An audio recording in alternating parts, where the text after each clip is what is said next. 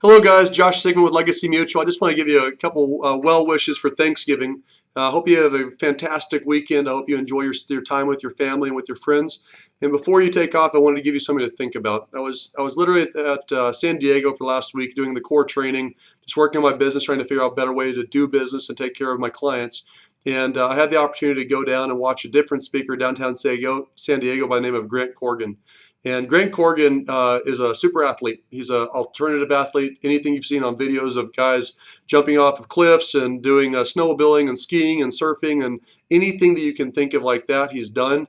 He's just a mind-blowing athlete. And his story kind of begins 4 years ago. He's been pro. He's killing it. He gets married to a beautiful, beautiful woman out of Lake Tahoe area. And long story short, 5 months after he's married, he over jumps a jump on a snowmobile and he lands flat and he shatters his back and paralyzes himself from the waist down. And the reason I start with that is I think a lot of us think we have bad days and we don't focus on the positives and the gratefulness and the blessings that we've got.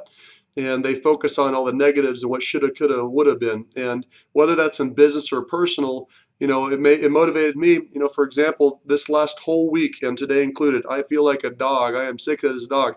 But I promise you, I have just not had that bad of a day. After watching this guy speak, it's just not that bad. I can overcome and move forward, and I'm here, and I love my job, and I'm moving forward. And the whole purpose of this speech was the idea of this positivity, the power of positivity. And basically says, hey, listen, it's like a fuel. When you're really on fire and you're working towards something better and you're positive about it, you just fall forward. He used an illustration of the idea of running a marathon. If you've ever run a long distance marathon, you know that about 13 miles into it, you want to quit. It sucks. It doesn't feel good. You want to quit. But here's the choice. You can either quit now, walk off, and then a year later, because you're eating yourself up about, hey, I need to go finish that. I didn't finish. Then you've got to rerun the whole first 13 miles and then keep running the last 13 miles, as opposed to just grinning and bearing it and moving forward through positivity and finishing it the first time. And so what he says is positivity is forward motion, negativity is backwards motion. And I believe that. You've got to decide what you want. You've got to focus what is working, not what isn't working. You got to focus on what is working. The example for him, which just blew my mind, and I mean, you're talking like crying. I'm like a kid crying for 15 straight minutes.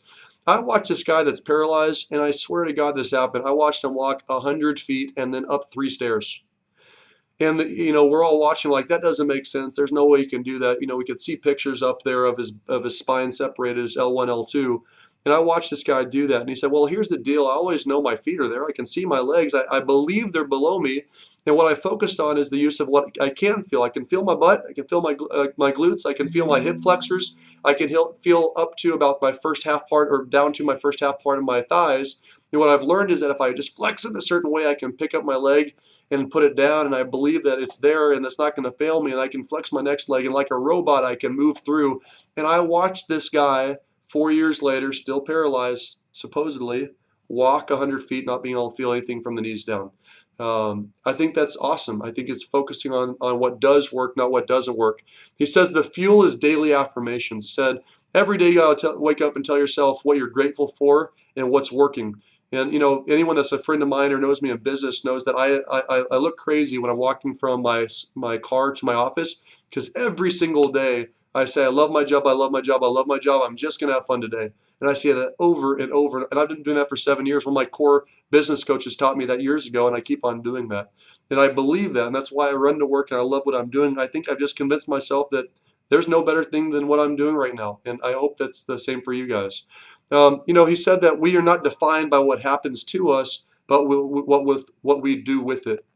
And I think there's a lot of truth to that. We're all dealt a different set of cards. I've got a friend of mine that her mom just got cancer, stage 4 cancer. We don't know what kind of cards we're being dealt. It's how we respond to that that defines our character. And I got to tell you, watching Grant, I want to grow up to be like that guy. In fact, it took it so personally and so passionately that I actually hired him and his wife to be a business coach of mine, to teach me how to work on my relationships, to elevate my spouse, because watching them and how they love each other is a blessing. It is the craziest love I've ever seen ever. And you got to keep in mind, married for just 5 months and paralyzed. No woman, no man signed up for that. This girl not only took it, but dealt with it and elevated it, and is probably one of the best examples what a spouse should be. Bottom line is, it's the sum of the summation of the smaller goals that end with the culmination of unachievable goals. So focus on small victories, small victories, small victories, stepping stones along the way. And it's the summation of those small victories that lead to something that seems impossible. So I hope that leaves you with some good thoughts for the weekend. I'm going to finish with a story about what Grant overcame. So 4 years ago, yes, he was paralyzed. This year, the guy literally was dropped off in Antarctica, 1 latitude away from the South Pole, because one of his dreams prior to his accident was to make it to the South Pole. But it turns out this year was the 100-year anniversary of the first person to ever make it to the South Pole. So he wanted to not only do it on the 100-year anniversary, he wanted to do it with his, seemingly different body, right? I mean, no one does that paralyzed. So he's got a couple buddies. They fly him down. He said the first thought that came through his mind was, "Wow, I'm finally here." He said the second thought was, "Holy crap, I'm really here. Now I've got to get off this island," right? And so for the next couple of days, first day he only pulled. Have you ever done those arm things at the workout thing? You do like this. I'm a strong guy. I can literally go maybe 5 minutes, maybe, before I'm exhausted. This guy pulled on a sit ski for 10 hours a day, every day for 10 days. That's nuts, dude. In the first day, he made it 1 mile. The second day, he made it like 3 miles. Third day, he made it like 7 miles. And every night and every day, he wanted to quit and quit and quit and quit because it's painful and it's scary and he's in negative 50 degrees. And the last day he wakes up, he's something like 20 or 30 miles away from the finish line, the South Pole. There's only one 100-year anniversary, so he misses it by a day or he doesn't, or he hits it on the day. And he wakes up at like 1 in the morning and he makes this crazy long 20-hour trek to make it to the finish line. And he's 1,000 yards away from the South Pole. He can see all the people and the scientists and the buildings. He says, "You know what? In my dreams, I didn't want to sit ski across it and pull my way across it. I wanted to ski to it." So he borrowed each of his friends, one ski from each of them. I said, "Hey, I believe that my legs are there. I believe that they're not going to fail me." So I stood up in those. If I fell, they picked me up. And basically, he pulled the last 1,000 yards on his own feet. He pulled the last 1,000 yards and he got to the finish line. Guys, that's overcoming adversity.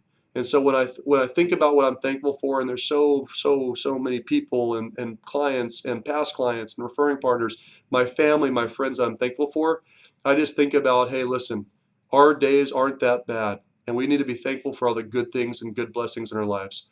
I hope you have a fantastic Thanksgiving. Josh Sigmund, Legacy Mutual. Peace out. Talk to you later. Bye-bye.